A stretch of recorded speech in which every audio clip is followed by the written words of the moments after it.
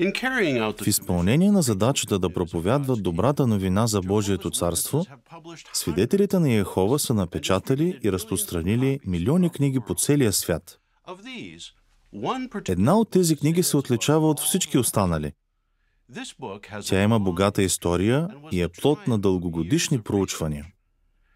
Става дума за превод на новия свят на свещеното писание. В него са записани светите думи на Бога и според някои това е един от най-добрите преводи на Библията. Но как се е появил той? И защо е ценен за онези, които искат да знаят истината за Бога? В средата на 19 век на английски език съществували много преводи на Библията. Чарлз Тейс Ръсъл използвал различни библии в изследванията си. Той споделял наблюденията си с читателите на списание Сионска стражева кула. През 1880 година Ръсъл препоръчал на библейските изследователи емфатичния двуезичен превод, превода на Тишендорф и на Американския библейски съюз. 4 години по-късно, заедно с други заинтересувани от библейското познание, Ръсъл регистрирал трактатното дружество Сионска стражева кула.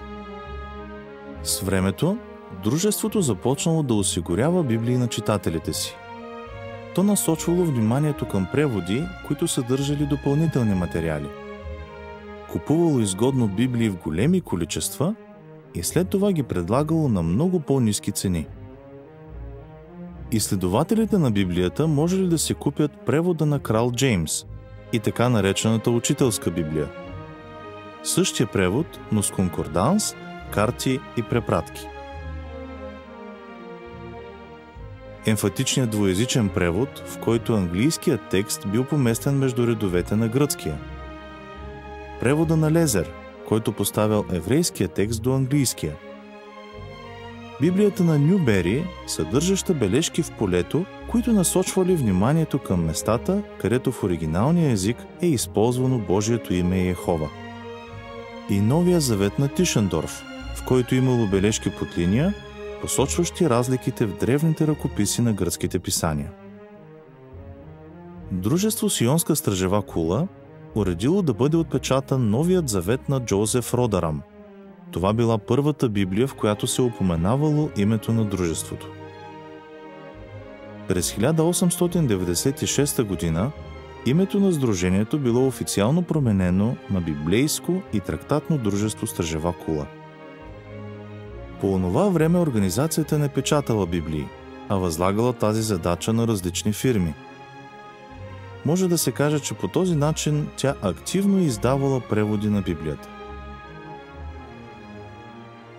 След време, организацията поела печатането на библии в свои ръце. През декември 1926 година дружеството отпечатало емфатичния двуезичен превод в своята печатница на улица Конкорд. През 1942 година бил издаден целият превод на крал Джеймс с препратки. Всички тези издания били много полезни, но организацията била решена да предаде Божието Слово възможно най-точно. На 2 август 1950 година на Янки Стадиум в Ню Йорк тогавашният президент на библейското и трактатно дружество стражева кула Нейтан Нор разкрил нещо ново на присъстващите 82 075 души. Дългогодишното изследване на библейския текст дало резултат. But now, by Jehovah's undeserved kindness, I have the extreme pleasure of releasing to the International Theocracy's Increased Assembly of Jehovah's Witnesses the New World Translation of the Christian Greek Scriptures.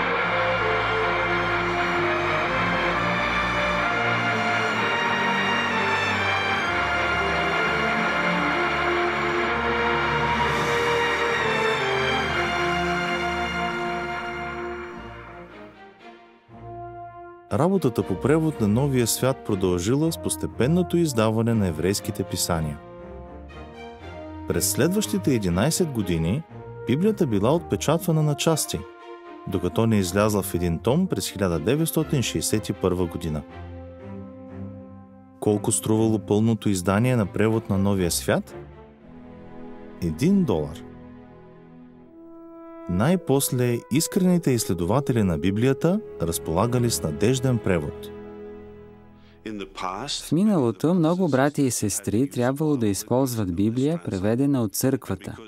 И понеже тя вярва в Тройцата, Ада и прочие, братята постоянно се питали: наистина ли пише така на оригиналния език? Сега обаче те имат Библия, на английски или на друг език, която е подготвена от Организацията на Йехова, от хора, които разбират писанията. И това им вдъхва увереност. Вече няма нужда да се питат действително ли пише така, а могат да се замислят какво означава това за мене. Първият комитет за превод на Новия свят ни е оставил богато наследство от библейско познание. Това са някои от документите, съставени от комитета за период от 12 години. На практика, това е цялата Библия, написана прилежно на пишеща машина и на ръка.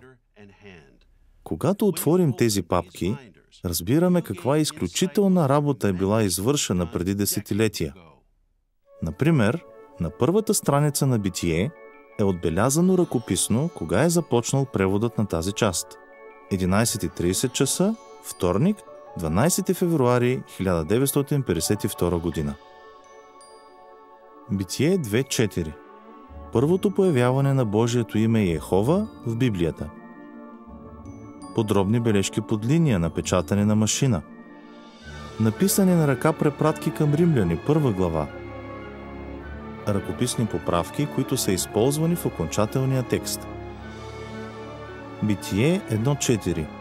Тогава Бог видя, че светлината беше нещо добро. Битие 2.5. На земята обаче още нямаше никакви храсти. И така за всичките 66 книги на Библията. Те са свършили тази работа без компютри, без електронните справочници, с които разполагаме днес. И въпреки това, когато видим колко последователно са се старали да преведат Божието Слово, така че да е ясно, разбираемо и същевременно вярно на оригинала, лично аз съм изумен как са успели да го направят. От друга страна, не бива да се очудвам, понеже знам, че Духът на Йехова е бил с тези братя и им е помагал. Този огромен труд бил извършен от библейски изследователи, които желаяли да останат анонимни. Те искали тази Библия да носи слава на Бога, а не на тях. Безспорно, най-забележителното постижение на този превод е употребата на Божието име Йехова. Преводачите положили усилия то да се появява на всичките места, на които се среща в оригиналния текст. Това не е първият превод, който съдържа Божието име, но е може би първият, който го използва последователно, както в еврейската, така и в гръцката част на Библията. Някои критикуват употребата на името Йехова в гръцките писания. Според тях, последователите на Исус са спазвали юдейското суеверие, забраняващо изричането на Божието име. Трябва да отбележим обаче, че и други преводи на Библията използват името Йехова в гръцките писания. И това е много логично. Няма спор, че името на Йехова присъства в еврейския текст. Следователно, когато в гръцките писания се цитира от еврейските, то трябва да се появява и там. Честността на служителите на Йехова, които се стараят да постъпват както трябва, независимо от мнението на хората в света, изгражда доверие в този превод. Като виждаме как превод на Новия свят освещава Божието име, това докосва сърцето ни и ни помага да опознаем Йехова като личност и като приятел. Превод на Новия свят не е останал незабелязан от библейските специалисти.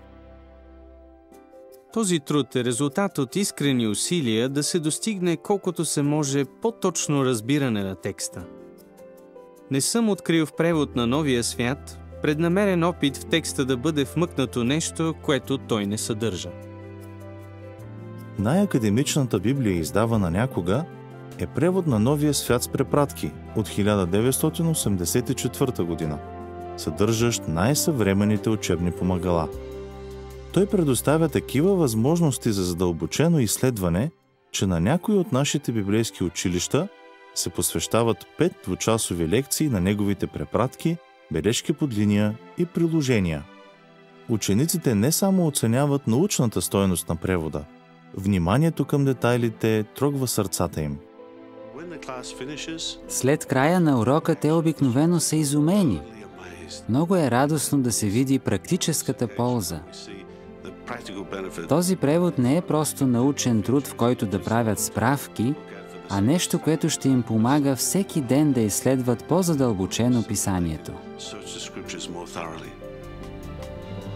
This afternoon we release the New World Translation, the complete Bible, both in the Slovak and in the Czech languages.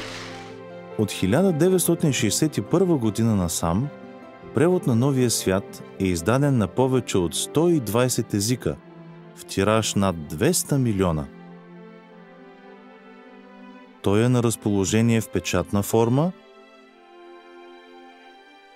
в аудиоформат, в интернет и като видеоматериали на жестомимичен език за глухите. Зад превод на Новия свят стоят сериозни научни изследвания. Но което е по-важно, той помага на милиони искрени хора да придобият точно познание за истината.